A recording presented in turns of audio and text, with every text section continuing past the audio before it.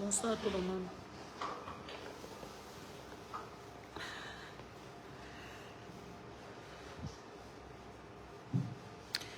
Je fais ce direct en espérant que ça puisse aller un peu plus loin, quoi.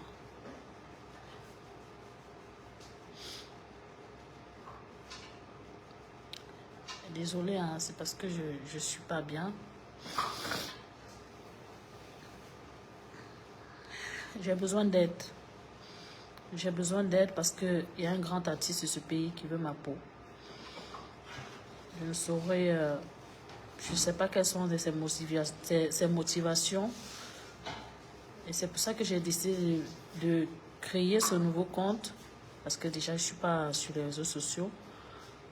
Pour vous parler de mon histoire. Il m'a fallu beaucoup de temps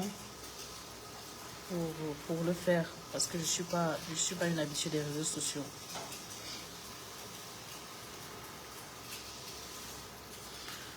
Je viens ici vous parler précisément de Debordou Likumfa, qui a décidé de me mener la vie dure en Côte d'Ivoire juste parce que je suis une étrangère.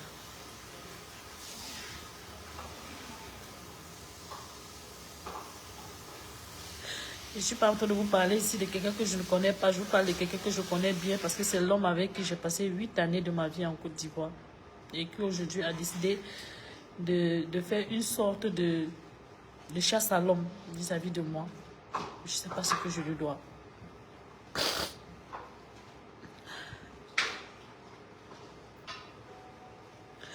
Mon histoire avec Debordou a commencé le 24 juillet 2016. On s'est rencontrés lors d'un de ses voyages à Yaoundé au Cameroun parce que je suis camerounaise.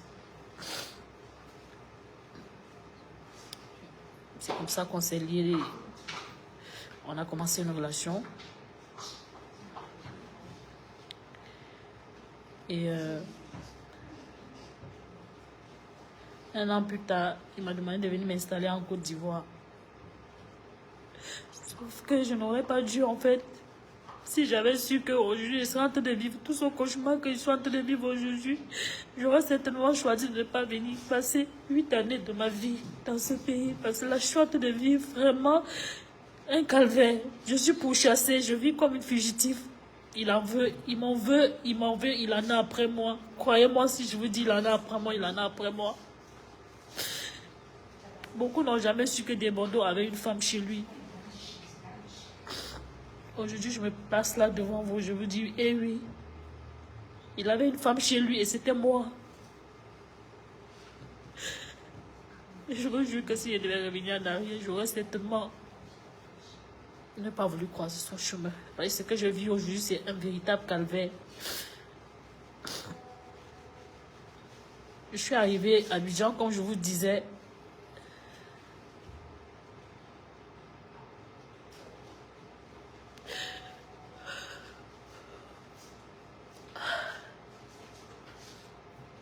Le 7 décembre 2017. Où je suis venue m'installer définitivement à Abidjan. Précisément chez Debordou Likumfa, à la 8e tranche en gris. Sauf que quand je suis arrivée ici, c'était le début de mon calvaire.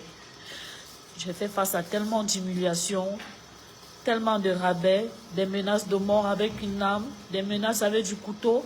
À chaque fois, il me mettait à la rue. À chaque fois, il faisait, c'est-à-dire toutes les pires crasses qu'on peut faire à une femme. J'ai subi ça. Mais je prenais toujours tout sur moi. Je me disais, non, il va changer. Non, c'est parce qu'il a bu qu'il fait tant. Non, il n'est pas comme ça, il est ci et ça. Je lui trouvais tout le temps des raisons. Et je pense que je n'aurais pas dû, en fait, parce qu'au jour d'aujourd'hui, la réalité est en train de me rattraper.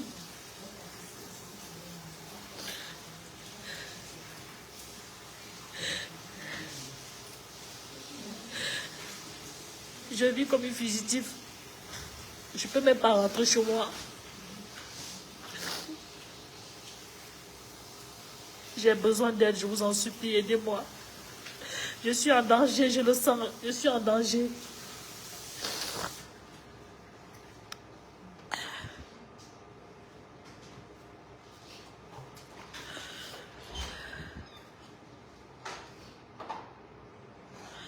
Depuis que j'ai mis mes pieds en Côte d'Ivoire, ça a été le début d'un long cauchemar. Et comme le pervers narcissique sait toujours manipuler sa proie, je suis tout le temps tombée dans ces mensonges. Non, je vais changer. Non, pardonne-moi. À chaque fois, je me disais, non, c'est rien. Comme il boit trop là, c'est pour ça, ça va aller. C'est rien, ça va passer. Mais voilà que 8 ans plus tard, j'assiste à une vraie poursuite, chasse à l'homme. Je suis plus libre de mes mouvements. Je vis comme une fugitive. Actuellement, même où je vous parle, il a mon téléphone entre ses mains. Je suis coupée des miens. Mon vrai cauchemar commence en novembre 2023. Après toutes ces années de maltraitance, de violence psychologique, à chaque fois quand il se fâchait, il va sortir son arme, il va le branler devant moi, il va casser les champagnes, il veut me piquer avec, il va prendre le couteau, il va me poursuivre, je vais courir dans les escaliers. Et quand je vous parle, j'ai des preuves. Je ne suis pas en train de vous dire qu'il y a des témoins, il y a des gens qui pourront témoigner le moment venu. Je pense que l'erreur, c'est que l'erreur que j'ai commise, c'est que je me suis dit non, c'est rien ça. Je n'aurais pas dû simplifier parce qu'au jour d'aujourd'hui, je suis en train de vivre un vrai film d'horreur. Je vous jure que je suis en train de vivre un film d'horreur, mais...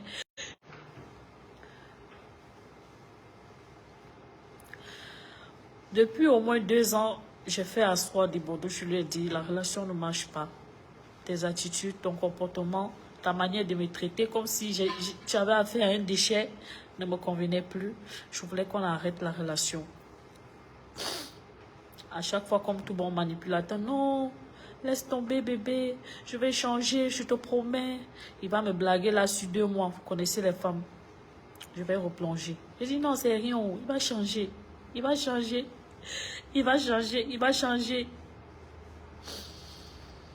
À chaque fois quand il va rentrer comme ça et qu'il est saoulé, il va se mettre à tout casser dans la maison, quitte à lui-même se découper les mains, se blesser.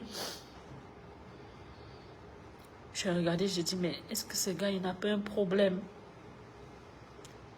Je lui ai dit, bébé, certainement tu as un problème. Est-ce qu'on va pas voir un psychologue?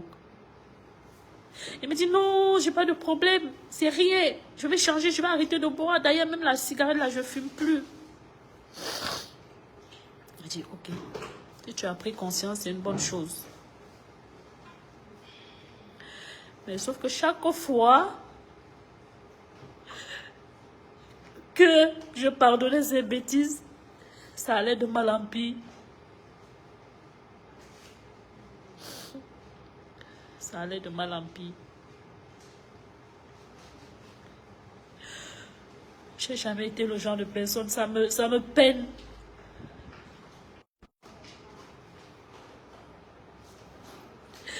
Ça me peine de venir me tenir là devant cette caméra et de devoir parler de mon histoire, de devoir d'être, c'est-à-dire les gens, on n'a jamais connu qui était la femme de Desbordeaux et ça me peine qu'aujourd'hui, que ce soit à travers une vidéo de détresse, que les gens vont dire, mais attends, c'est qui cette femme-là? Vrai, ah bon, moi, je n'ai jamais voulu ça, mais là, je n'ai pas le choix parce que je sens ma vie en danger. Je suis coincée dans un salon de coiffure, je ne sais pas où partir, je n'ai même pas où dormir cette nuit parce que partout où j'essaie de mettre les pieds, il me traque. Il me traque. J'ai besoin d'aide, je vous en supplie, aidez-moi. J'ai essayé de porter plainte, j'ai eu plainte déposée au commissariat le 35e. On attendait qu'il soit là pour que la plainte lui soit remise. Aujourd'hui même encore, j'ai passé toute ma journée à la PJ et au commissariat. Toujours à cause de Desbordeaux. Je veux que Desbordeaux me dise ce que je lui dois dans ma vie pour me mener la misère. Je suis fatiguée, je suis épuisée, je vous jure. J'ai besoin d'aide, Seigneur. Aidez-moi. Je sens que je sais pas, Desbordeaux avant ma vie. Et pas seulement la mienne. Même à mes amis, mes copines, il les traque. Elles ont déposé plainte. Il les traque jusqu'à hier. Il a fait enlever une de mes copines.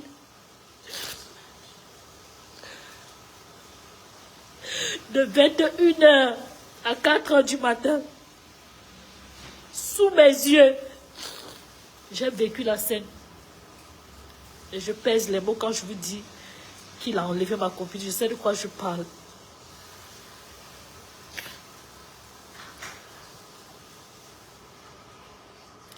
Tout commence, il y a le mois de novembre, où je dis à Debono que je ne veux plus de la relation, je suis fatiguée de souffrir, je suis fatiguée d'attendre que tu changes, je suis fatiguée que tu me traites comme tout le temps, comme une serpillère, comme une moins que rien. J'ai tout donné pour toi. Debono ne m'a jamais laissé travailler, il m'a toujours empêché de travailler. J'ai respecté tout, je ne sortais pas, j'ai déprimé, j'ai grossi, je suis devenue comme une vache dans la maison parce que je ne sortais pas. Je pouvais taper 5 mois dans la maison sans voir le dehors. J'étais comme dans une prison dorée.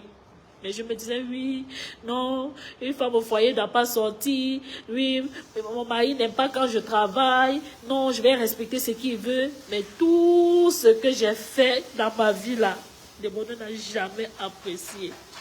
Je me suis trop sacrifiée pour ce gars, je vous jure. Combien de fois, moi j'ai réparé les dégâts de Debono. Combien de fois Debono a soulevé ses musiciens. Il conclut un cachet. Et puis ne paye pas. Moi, je sors mon propre argent de ma poche pour payer les musiciens à son insu juste parce que je veux laver l'image de mon homme. Debono aujourd'hui a oublié tout ça. Debono me traque comme si j'étais une criminelle. Debono est tombé malade en Côte d'Ivoire. Je connaissais personne. J'ai traîné dans tous les hôpitaux d'Abidjan. Je dis, mais dans tous les hôpitaux d'Abidjan, moi qui étais étrangère, je dormais avec des blancs dans tous les hôpitaux. Ma famille m'appelait depuis le Cameroun. Aline, rentre au Cameroun. Si ce gars meurt, on dira que c'est toi. Rentre. J'ai dit jamais, il ne peut pas laisser mon homme souffrant. On n'a jamais su le poids de Debono souffrait.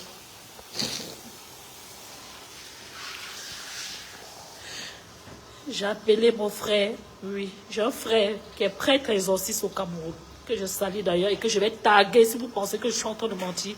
Christian Omba. Si Debono ne connaît pas, Père Christian Omba, qui vient dans ce direct démenti. J'ai appelé mon frère, j'ai dit, mon grand frère, voilà mon chéri qui est malade, je ne sais pas de quoi il souffre. Je viens dans le pied des hôpitaux, on fait tous les examens, on ne voit pas. Il me dit, mais qu'est-ce qui ne va pas? Je lui dis, Debono ne va pas bien. Je lui dis, Debono ne va pas bien. Il me dit, il a quoi? Je lui explique, il me dit, ok. Le problème de Debono est d'ordre spirituel. Ramène-le-moi au Cameroun.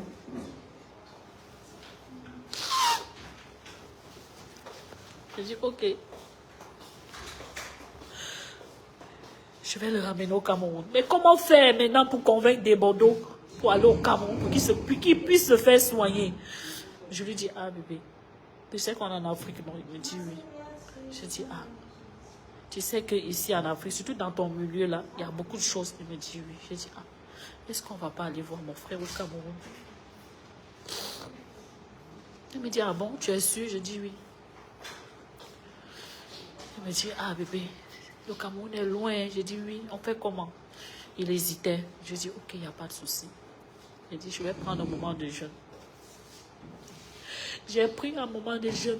J'ai dit, je vais faire 30 jours de jeûne pour Debono, afin que le Seigneur me montre de quoi il souffre pour que je puisse l'aider parce qu'il souffrait. Debono dormait dans mes bras comme un petit bébé. Je vous jure sur ma vie. Si je manque, je sens que la voiture me cogne. Mais je suis fatiguée. On ne peut pas être ingrat comme ça dans la vie. Je baissais Debono comme un bébé. Il n'arrivait pas à dormir. Au 9e jour de mon jeûne, Demandez à accepter que, pardon, appelle ton frère qui est prêtre là, je vais partir au Cameroun, il n'a qu'à me soigner, je ne me sens pas, s'il reste ici, il va mourir. J'ai appelé mon frère, il me dit, ah, venez. Il n'a pas informé un membre de sa famille. Il a pris son manager. Il a pris son manager, Eric Bawin, qui est en France aujourd'hui. S'il est garçon, il n'a qu'à nier. J'ai déplacé des Bordeaux, Eric Bawin, 3 places. On est parti au Cameroun. On a fait 3 semaines. Des Bordeaux dormaient dans la chapelle. Prière sur prière, jeûne sur jeûne. Je vais épargner certains détails de ce qui s'est passé au Cameroun. Si les garçons qui viennent démentir, et je vais ressortir avec les preuves de ce que je suis en train de dire, avec ta vie, c'est-à-dire avec son visage sur cette vidéo que lui-même il a tiré ce jour-là. Je viendrai poster ça sur les réseaux sociaux. Si tente de démentir. Mais c'est quoi? On doit vous soutenir comment? Dès que Demandeur a guéri comme ça, il est devenu garçon. Quelqu'un qui est parti au Cameroun, il ne tenait pas sur ses 2 pieds. Il est revenu, il était garçon, il est revenu, il a sorti pique qui met. J'étais contente. Il dit, oh, mon chéri va bien, oh. Il s'est bien remis, il a sorti pique qui met en train de prendre partout. Il s'est joué les ingrats. Il s'est joué les ingrats. Il est venu. Il m'a abandonné au Cameroun pendant 10 mois. De sur quoi je portais son enfant. Et Adama.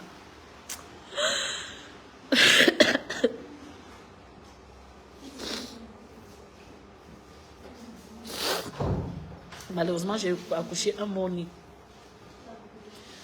Il a commencé à me traquer. Pendant ce temps, il avait pris une autre fille. Je peux même donner son nom. Il a mis chez lui. Il m'a abandonné au Cameroun. Il a commencé à me traquer. Non, machin, tu es ci, tu es ça. Tu mens. Tu n'as pas, tu as caché mon enfant. Tu as donné la grossesse à quelqu'un d'autre. Et toi, oh, qu'est-ce qui prouve que machin, tant. Alors que toutes les vidéos de ma grossesse, je lui ai envoyées.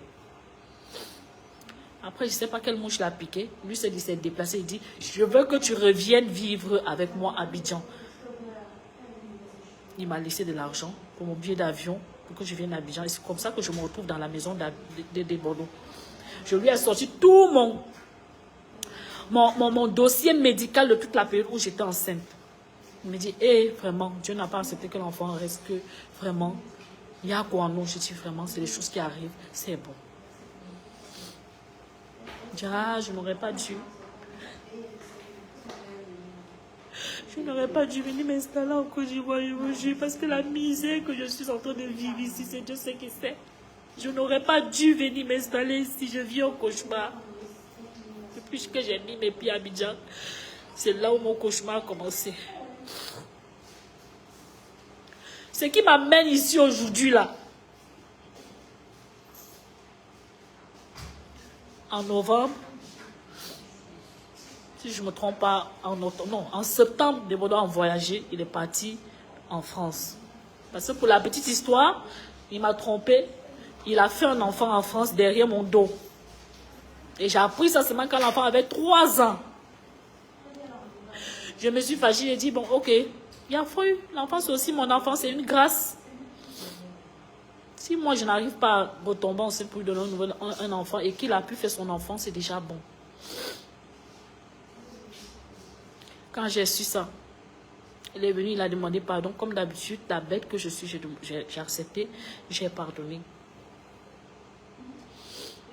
Donc, ce qui fait que il va tout le temps en France pour régulariser ses papiers parce que l'enfant est français. Donc, lors d'un de ses voyages, en septembre 2023, Bordeaux est parti. Et je vais vous dire qu'à chaque fois qu'il partait en France, et que moi je l'écrivais, il me snobait tout le temps. On communiquait uniquement quand c'est lui qui me contacte. Donc à un moment donné, j'en avais marre, tellement marre de cette façon de faire. J'ai dit, bon, ok, tu ne m'écris pas, je ne t'écris pas. Et c'est comme ça qu'on est resté. On a fait 2 semaines sans se parler. Il a commencé à menacer mes copines. Appeler mon grand cousin au Cameroun, menacé. Appeler même, on a une voisine à côté, Jeannette, insulter la dame là. Insulter la maman de la voisine, une dame de près de 70 ans. C'est vous qui montez la tête à Aline. C'est vous qui donnez les ailes. Vous allez voir ce que vous montez, bande de prostituées. Bande de si, commencez à menacer tout mon entourage. C'est là où je dis, tiens, trop, c'est bon. Je veux plus, il faut me libérer. Comme il a senti que j'étais sérieuse, lui, c'est là où on commençait à appeler toutes mes copines pour s'excuser, jusqu'à déplacer sa famille pour venir demander pardon, pour réparer tout le mal qu'il avait fait. Je me rappelle que sa grande sœur avait refusé de se déplacer pour dire, tiens, c'est bon, tu abuses. Tu ne vas pas faire à chaque fois, on va venir demander pardon.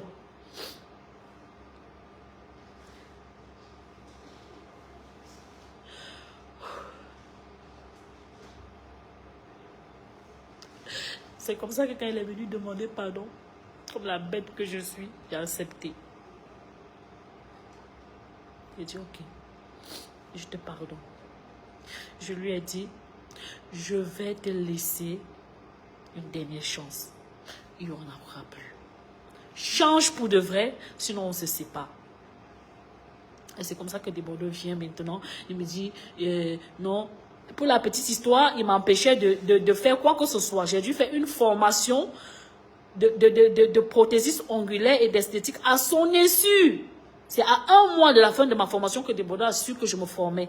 Il a commencé à dire, donc c'est moi ton sorcier. J'ai dit, mais tu m'empêches de faire quoi que ce soit. Je suis obligée de faire derrière ton dos. En plus, la formation, je voulais te faire une surprise.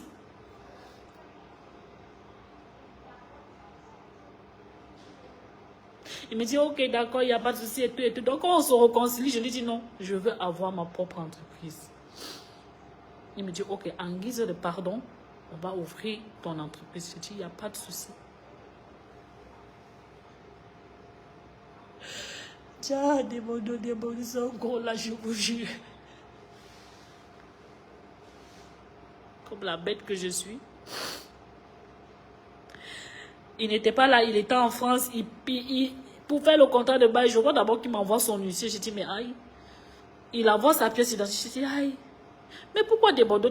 Le salon, c'est l'institut, c'est pas pour moi. Si vous partez sur sa page, vous allez voir la publicité de Starland Beauty Secret and Nail. C'est moi. C'est mon salon de beauté. Il a fait cette publicité plusieurs fois. Il a fait venir Stony qui ont fait les publicités. Il a envoyé les blogueurs, les Dreya, les Dreya. Il y a même Poupette de Star qui est venue là-bas pour nous donner du soutien. Pour vous dire un peu que je ne suis pas en train de mentir. Donc, à la base, on devait faire juste un bar en ongles. Je dis à Desbordeaux que non. On va faire un bar en ongles. Quel est ton budget? Il me dit non, voilà mon budget et tout. Je dis ok, super. Moi, je veux agrandir le tout. Je veux que ce soit un institut de beauté. Je vous posterai ces photos. Parce que vous pensez que je suis en train de m'amuser. Je raconte des balivernes. Non. Je vous posterai les photos de l'institut de beauté. C'est comme ça donc que je décide moi-même de mettre la main dans la pâte. Je m'endette. Je prends des crédits. Et moi, j'avais un peu d'économie de sur le côté pour compléter sur le budget qu'il avait prévu. Je dis ok. On va faire l'institut de beauté. Il a fait le contrat de bail à son nom. Je trouve que c'était mal connaître Desbordeaux. C'était mal le connaître. Ah, c'est là, il va venir m'achever alors.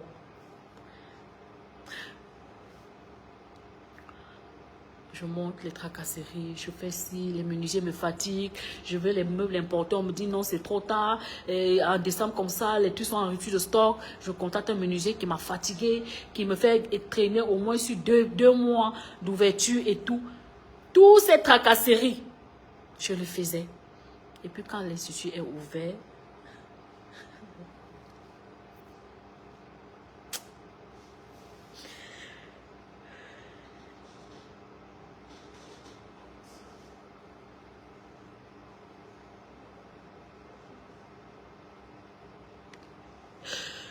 Desbordeaux commence à monter un plan contre moi. Il va arracher l'institut pour donner à une autre femme.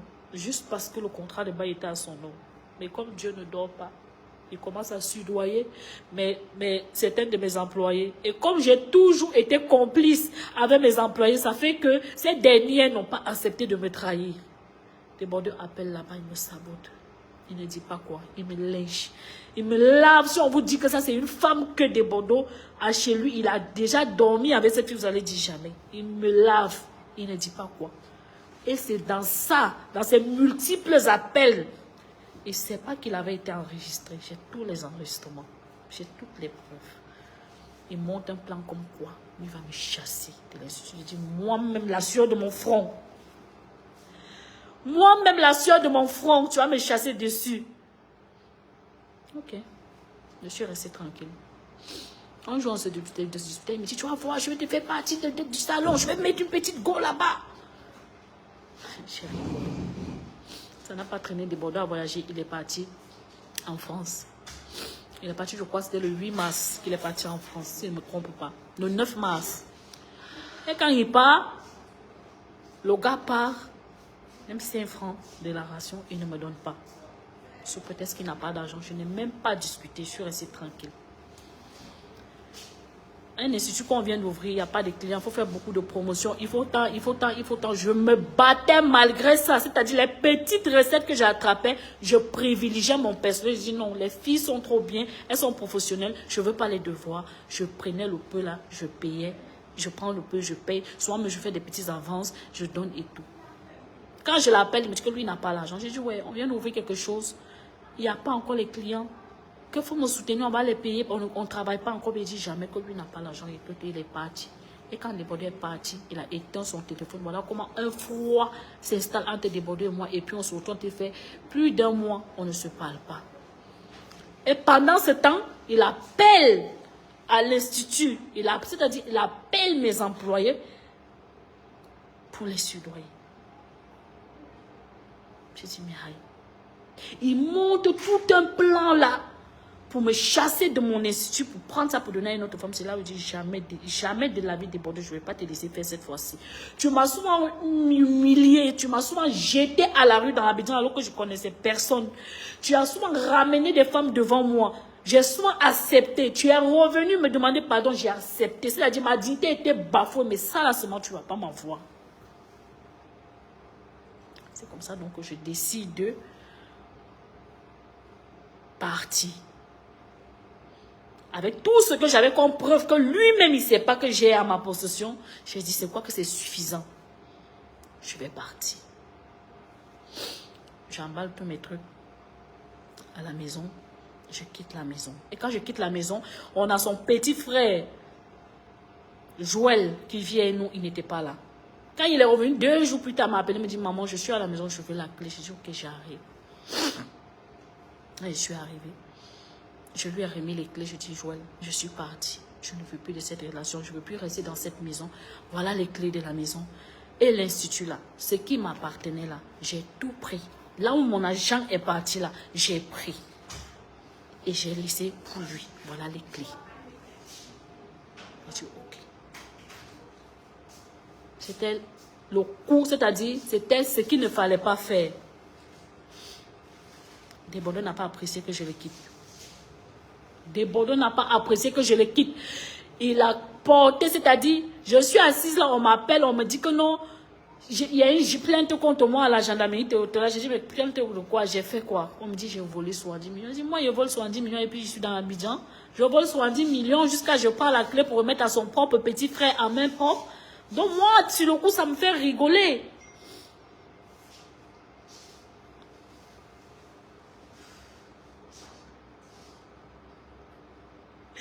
Alors que Débordeur était sérieux, Débordeur avait promis de me faire la misère.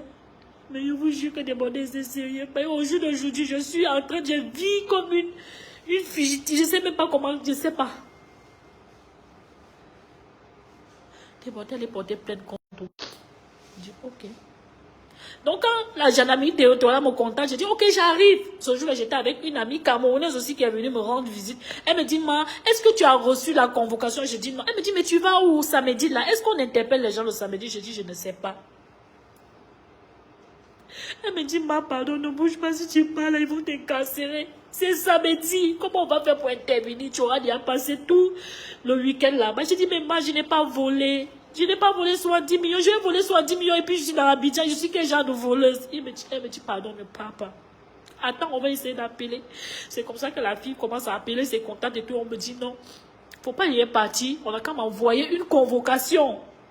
Et on a qu'à me dire comment est-ce qu'une personne qui est à l'extérieur du pays peut porter plainte à quelqu'un étant ici. À moins qu'il ait fait de procuration. Desbordeaux n'avait pas fait de procuration. Il a fait ce qu'on appelle le trafic d'influence. Donc là, je commence à comprendre que hey, cette affaire, c'est censé de prendre de la tournure en fait. Il avait promis de me faire la peau. Bon, si je ne me bats pas là, comment je fais? J'ai eu peur. Je me suis dit, mais si je pars peut-être à la police, peut-être il a déjà barricadé tous les lieux. Qu'est-ce que je fais? Et c'est comme ça que j'ai eu l'idée de me rapprocher près d'une ONG que pour le moment, je vais faire tel ou non.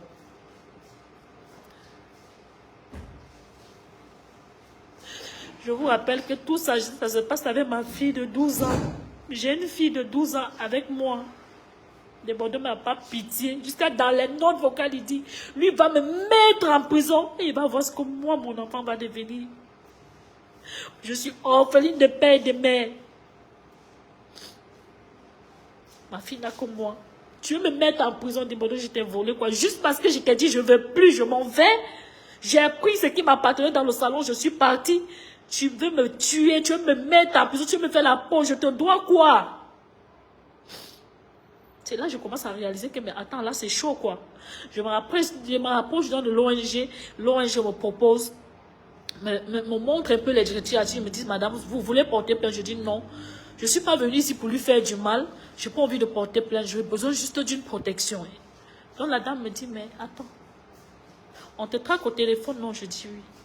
Elle me dit, mais que se passerait-il si on te kidnappe et qu'aucune autorité n'est au courant? Ton enfant se retrouve où? C'est comme ça que j'ai pissé ma tête comme ça. Puis j'ai commencé à pleurer. J'ai dit, ok madame, je vais porter plainte. Elle me dit, ok. Nous, on travaille en association avec le 35e. On va faire venir un lieutenant qui va t'auditionner sur place dans nos locaux. Et essaie de te mettre à l'abri. Si tu peux changer de numéro, change ton numéro. J'ai dit, ok. C'est comme ça que je fais ma déposition, je fais ma plainte au 35e par le biais de l'ONG. Vu qu'il n'était pas là, on a gardé la plainte. C'est allé dans tous les sens. Les menaces. Parfois, il fait genre, je t'aimais, machin, tu étais ci, tu étais ça. Et comme je sais que c'est un pervers narcissique, il voulait me blaguer pour me faire retomber dans ses filets, pour mieux m'abattre. Je lui dis jamais le tout si tu ne vas pas m'envoyer. Jamais. Si il nie, j'ai toutes les conversations jusqu'aux notes vocales, c'est là. Lui, il a essayé de me manipuler. Il vient, il m'insulte. Il me fait les menaces de mort. Après, il vient, il veut réenchérir, il veut adoucir. Il veut faire genre, il m'aime trop. Genre, il veut que je revienne. Il m'appelle. Il me dit non, il faut qu'on fasse un arrangement amiable. Je lui dis que jamais, je ne veux pas d'arrangement amiable. Comme tu as déjà envoyé chez les autorités, il faut que ça reste chez les autorités parce que je veux me protéger. Toi, tu es capable d'envoyer des bandits derrière moi m'agresser. Je ne veux pas avoir de problème. Pardon. Déjà, j'avais raison, je vous jure sur ma vie que j'avais raison de me protéger. On ne pouvait pas poursuivre la plainte parce que Desbordeaux n'était pas dans le pays, il était en France. On attendait qu'il revienne.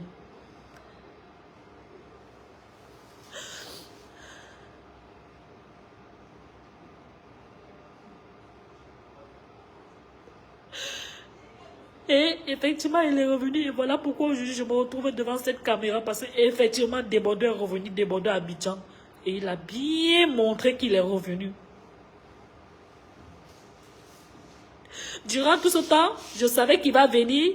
Il va m'envoyer la convocation. On va commencer la confrontation. J'aurai ma convocation, il aura la sienne. J'aurai mon avocat. Et puis on nous aller. Si l'affaire doit aller peut-être au parquet, ça ira. On va se battre. Je vais prouver mon innocence à partir des notes vocales que je détiens avec moi pour prouver que Desbordeaux ment. Moi, j'ai jamais volé. Et je ne vois pas c'est quelle voleuse qui va, je ne sais pas. Je vais voler comment? Donc tout ce temps-ci, on attendait son retour. Moi, je savais que s'il revient, il va tout faire pour rentrer en contact avec moi, pour me remettre sa convocation. Et moi, j'allais faire pareil. Sauf que hier, c'est là où le vrai cauchemar commence. Si vous voyez que je prends la caméra aujourd'hui et que je décide de vous parler là, c'est parce que je n'ai pas eu d'autre soir. Je me sens pas bien, je suis en danger, je vous jure, aidez-moi. Je suis en danger, je sens que Desbordeaux va me faire quelque chose. Je pressens. Desbordeaux m'en veut. Desbordeaux m'en veut pourquoi? Desbordeaux Likoufa, viens dire à tout le monde entier là, tu m'en veux pourquoi? Je te dois quoi? Qu'est-ce que je t'ai volé? Je veux juste ma liberté. Ça fait 9 ans que je vis sous ton influence. Ça fait 9 ans que je vis de maltraitance. Quand tu finis de fumer ta drogue là, c'est sur moi que tu viens mettre ça. Tu sens ton âme, tu braques sur ma tête, Desbordeaux, je te dois quoi? Est-ce mal de tomber amoureuse? Ou bien vous voulez nous faire croire que en dehors, que le monde artistique, c'est pas un monde où on doit, je sais pas. Mais je pense qu'il y a quand même des artistes qui ont des femmes, ça se passe bien. Mais pourquoi toi tu veux, pourquoi? Qu'est-ce que je t'ai fait? C'est quoi cet acharnement sur ma personne, Desbordeaux? Je veux que aujourd'hui, là, quand tu sors, quand tu dises à toute la Côte d'Ivoire, c'est comme moi je te dois. Viens dire aux gens ce que je te dois. C'est pour ça que je sors d'aujourd'hui, parce que je sens ma vie menacée. Je sens ma vie menacée. Desbordeaux Likoufa me menace. Les femmes, ne me jugez pas, je vous juge, loin de chercher en base. Si vous cherchez, vous n'allez pas. Je ne suis pas une fille des réseaux sociaux. La première année, j'ai vécu avec un artiste longtemps. On m'a jamais vu me branler sur les réseaux sociaux, jamais. On m'a jamais vu m'afficher n'importe comment pour chercher la visibilité. Je n'ai pas besoin de ça. Et c'est dommage qu'au jour d'aujourd'hui, je me retrouve là. Ma fille demain va tomber sur ça. Elle va me voir sur les réseaux sociaux en train de pleurer. Parce que je demande une protection. Parce que je veux que Desbordeaux me laisse vivre. Est-ce que c'est normal d'en arriver? Est-ce qu'il faut? Est-ce qu'on a besoin d'arriver à ce niveau pour que Desbordeaux me laisse tranquille? Hier, j'étais chez une amie. Une des filles qui l'a menacé, parce qu'il a menacé beaucoup de mes copines, elles sont allées toutes porter plainte. Hier, je suis allée passer la journée avec une amie, Annie Kanga Malan Cécile. Je préfère prononcer son nom parce que sa plainte même est déposée à la PJ actuellement quand je vous parle.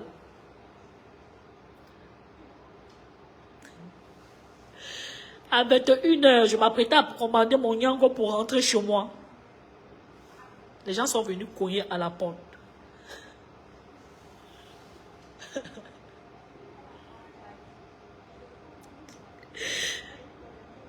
Annie demande, mais c'est qui? Ils disent, ouvre la porte, Annie. Elle dit, mais j'ouvre comment? Je ne vous connais pas, vous c'est qui? Ils disent, c'est la brigade de recherche. Elle dit, brigade de recherche comment? Vous cherchez quoi chez moi? Dites quelque chose, je ne sais pas.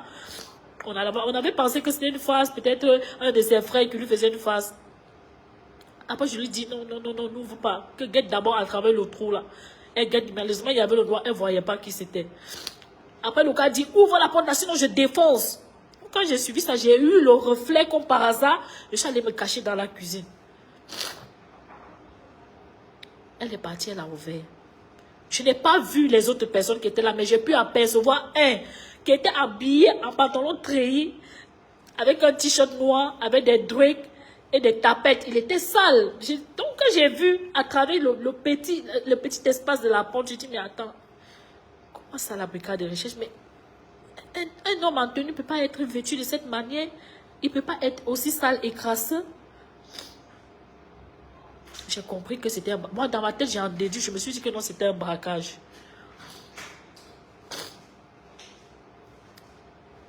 Après, ils ont commencé à menacer, à dire que suis-nous, prends tous tes portables, suis-nous. Moi, j'étais cachée derrière la porte de la cuisine, comme ça, je tremblais. Après, je me suis dit, à un moment donné, j'ai voulu sortir. Après, je me suis dit, mais si je sors là, et qu'on nous prend, nous toutes là, qui va alerter qu'on nous a enlevés? C'est mieux que je reste cachée. Et comme elle disait, non, attendez, je vais appeler quelqu'un, attendez, je dis on te demande de passer, si tu vas appeler qui? Et puis, j'ai vu celui que j'apercevais de loin là, à soulever son t-shirt comme s'il voulait sortir là. J'ai paniqué, j'ai dit, mais c'est quoi ça là? Et c'est comme ça que je me suis bien cachée encore. J'ai dit, non, il ne faudrait pas que je fasse de bruit, parce que s'il y a une âme là, Franchement, c'est dangereux. Et c'est comme ça que elle prend ses téléphones. Il lui dit, prends l'autre téléphone, parce que mon téléphone était sur la table. Elle dit, non, c'est le téléphone de ma soeur. Elle dit que prends le téléphone, là, tu nous suis. C'est comme ça qu'elle prend le téléphone. Elle les suit. Et en partant, elle ferme la porte par derrière. Donc, je me trouve coincée dans la maison. J'étais en train de dire, mais pourquoi dans mon cœur, j'ai dit, mais pourquoi il m'enferme ici? Comment je vais faire pour la suite? Comment il va faire pour sortir d'ici?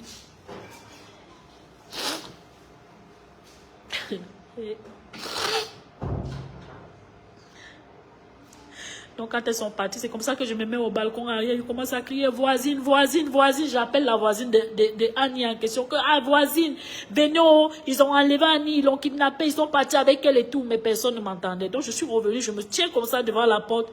Et quand je regarde, je vois que la porte avait un petit bobo. Genre, il n'était pas assez solide. Donc, c'est comme ça que je me suis reculée. J'ai mis le pied sur la porte et j'ai réussi à défoncer la porte. Et je suis sortie, je suis allée appeler la voisine. Voisine, ouvre-moi. Elle me dit, mais c'est qui? J'ai dit, ouvre, ouvre, ouvre. Elle me dit, mais il y a quoi? J'ai dit, ils ont enlevé Annie, ouvre la porte. C'est comme ça que la voisine ouvre la porte. Elle me dit, mais il y a quoi? J'ai dit, il y a des hommes qui sont venus, là, ils étaient armés, ils sont partis avec elle. Il dit, mais comment ça? Que descendons, allons un peu voir en bas. On descend haut. On arrive, on trouve le gardien qui rentre avec des bagages. On demande au gardien, mais tu étais où? Est-ce que tu n'as pas vu des hommes monter ici? Le gardien dit que non, lui, il était allé faire une commission de quelqu'un. J'ai dit, mais on cherche Annie, on vient de partir avec Annie tout de suite là.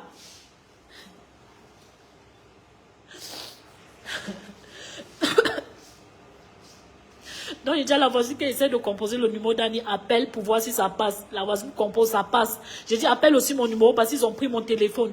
Elle appelle aussi, ça passe. Sauf que moi, ma batterie n'était pas restée longtemps allumée, j'étais à 6%. C'est comme ça que je lui dis, ok, j'ai 2 téléphones, il faut que j'aille récupérer mon 2e téléphone. C'est à travers ça que je vais pouvoir trouver les contacts pour appeler des personnes qui vont venir et qui pourront nous aider. Parce que là, je suis liée, je n'ai aucun numéro. Elle me dit, ok, je suis commande le Nyango. Et donc, pendant qu'on était là, il y a des voisins qui sont sortis, demandent, mais qu'est-ce qui se passe? On leur a expliqué. Donc, il y a un voisin qui me demande, mais est-ce que Annie n'a pas eu de problème avec quelqu'un? Est-ce que tu n'as pas confié? Je dis non. La seule personne qui a menacé Annie et qui lui a dit que quand il arrive à Abidjan, il va s'en prendre à elle, c'était Desbordeaux. Elle dit que, mais c'est que c'est lui. C'est comme ça que je fais le rapport. Je commence à me dire, eh, mais peut-être c'est lui, peut-être c'est lui, peut-être c'est lui. Mais jusque-là, je n'étais pas encore trop convaincue. Quand le Nyango vient, on monte dans le Nyango. Quand le Nyango tourne comme ça, je vois un gros bras qui vient et je vois un gars coup à quai. Je dis, mais la démarche du gars coup à quai là, je le connais. Je demande au chauffeur, braque les phares. Quand il braque, je vois qu'il y a Cyprien, le manager de Desbordeaux Likoufa. Et c'est comme ça que j'ai dit à la voisine là, mais tout est clair, c'est Desbordeaux Likoufa qui est derrière. Et quand on avance 30 mètres plus tard, je reconnais le gars qui était à l'intérieur, qui avait le pantalon treillis et le t-shirt noir en train de les suivre. Et le gars apparemment m'a vu dans la voiture, parce que j'étais en train de tirer mon coup pour regarder. Quand il l'a vu, il a fait demi-tour, genre, il a commencé à suivre le gendarme. J'ai dit au chauffeur du Nyango, accélère. Quand il accélère, on ressort par le virage vers le pont de, comment on appelle ça, vers Saint-Viateur là. Net quand on sort comme ça, qu'est-ce que je vois? Je vois la voiture de Desbordeaux garée, mais il n'était pas à l'intérieur. Je vois ma copine assise dans la voiture et les gros bras ont encerclé la voiture. Donc j'ai dit à la fille, ah, on change de destination, on va au 35e.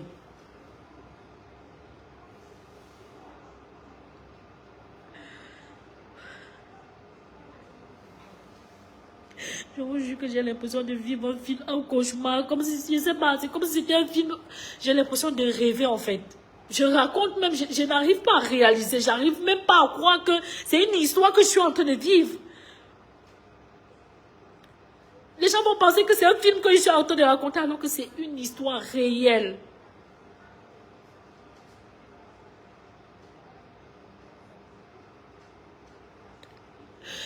Donc Desbordeaux est méchant à ce point jusqu'à kidnapper ma copine. Donc il m'en veut tellement à ce point. Je suis arrivée au commissariat, toute paniquée. Donc les policiers me demandent, mais il y a quoi? J'ai dit, on a enlevé ma copine. Ils me disent que mais c'est qui? J'ai dit que je suis sûre que c'est Desbordeaux parce que j'ai vu son manager et les gros bras. Et parmi les gros bras, j'ai reconnu le gros bras qui était en pantalon treillis. Il me dit, ah bon? C'est sûr, je dis que je vous dis que Desbordeaux dit quoi? J'ai une plainte ici, là, de la part de tel ONG. Il me dit, ah oui, oui, oui, nous connaissons la plainte. J'ai dit, oui.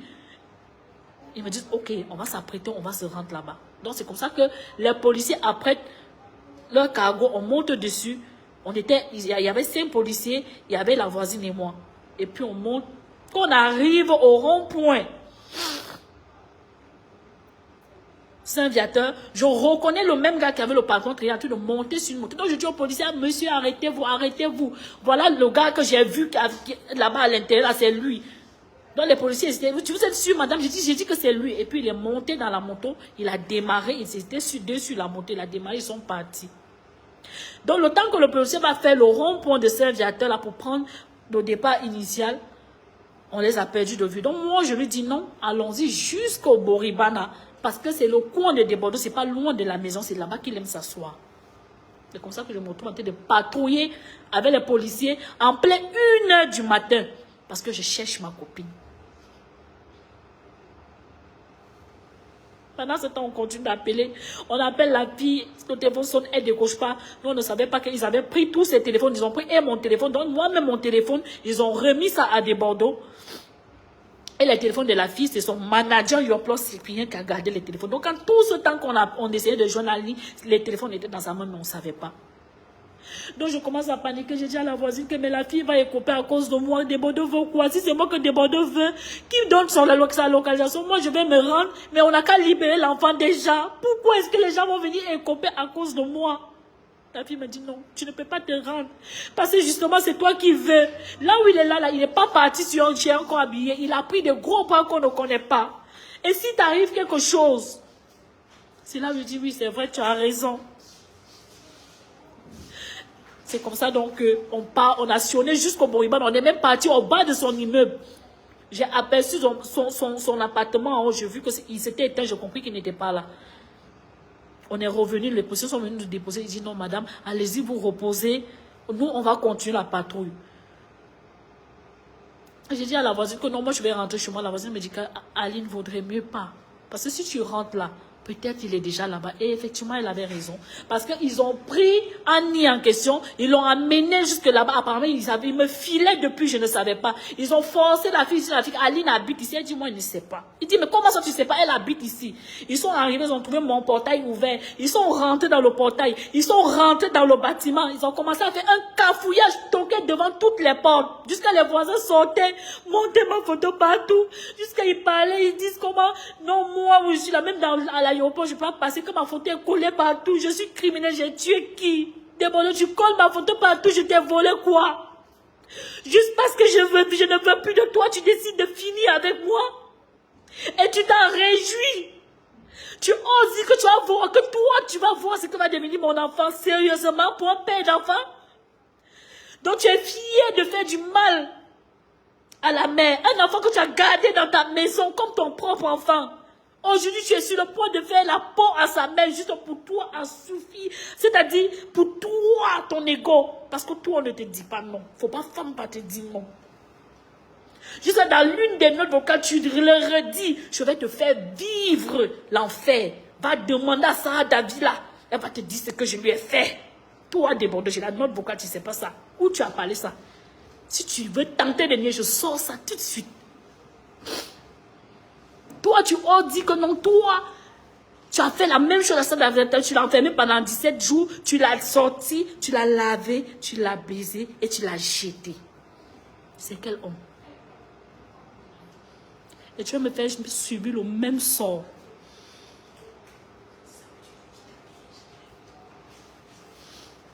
Pourquoi? Pourquoi? Donc, quand le gars vient nous déposer, donc, les policiers viennent nous déposer à 1h là, la voisine d'Annie me dit, Aline, ne rentre pas chez toi, dors chez moi. Je dis, non, je veux rentrer à la maison. Elle me dit, non, dors chez moi. Je dis, ok, on monte.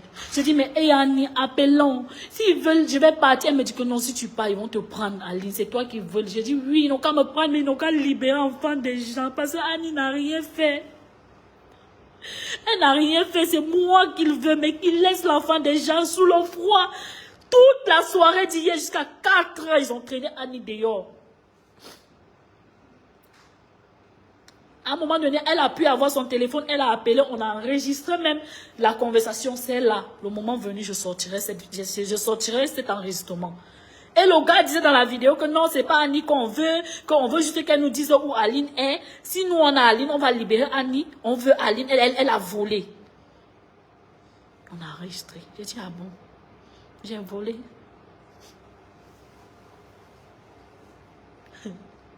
Moi, j'ai volé.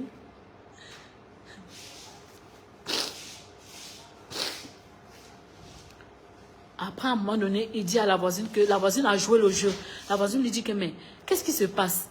Que vous êtes où? Je veux venir et tout. Je veux venir.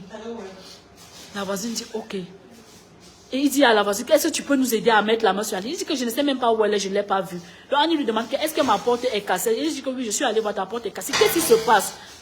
Il dit à la voisine que non, c'est rien. Donc la voisine dit que, mais dis-moi où tu es, je veux venir. Qu'est-ce qui se passe? Il dit que non, ils sont à Star 9, à la brigade. Vous c'était à la brigade de quoi? À Star 9. Qu'elles viennent là-bas. J'ai dit à la voisine que ne pars pas. Si tu pars, ils vont te prendre aussi comme ils ont pris Annie. Je ne vais pas me retrouver avec 2 victimes à cause de moi. Elle me dit, oui, c'est vrai, tu as raison. C'est comme ça qu'on est resté. On a continué à appeler, jusqu'à ce que c'est à 4 heures qu'ils ont libéré Annie. Ils sont venus déposer Annie devant le portail. Ils ont emporté les 2 téléphones de Annie. Jusqu'à présent, comme je vous parle, Annie n'a pas ses téléphones. Ils ont emporté moi mon téléphone. Il est rentré dans mon téléphone. Il a commencé à répercussionner tout mon répertoire. Envoyer des messages de menaces aux gens. Insulter les gens. Menacer les gens. Les gens m'appellent partout. Mais c'est quoi ça déborde? Où il est là, il a au moins 50 plaintes déposées contre moi. Et toutes les personnes qu'il a pris dans mon répertoire menacées. Dès qu'ils voient le numéro d'un garçon. Toi, tu sois avec Aline, non? Oh non, je te la laisse. Dis une baise là. Et puis tu la laisses. Machin, des trucs comme ça. Les gens me m'appellent pour me dire que mais Aline, c'est comment? Qu'est-ce qui se passe? Ma chance, j'ai 2 téléphones. Et là, à l'instant, je n'avais pas mon autre téléphone. C'est le matin que j'ai récupéré mon autre téléphone. Je me suis rendue à l'ONG pour leur expliquer la situation. Ils m'ont renvoyé au 35e.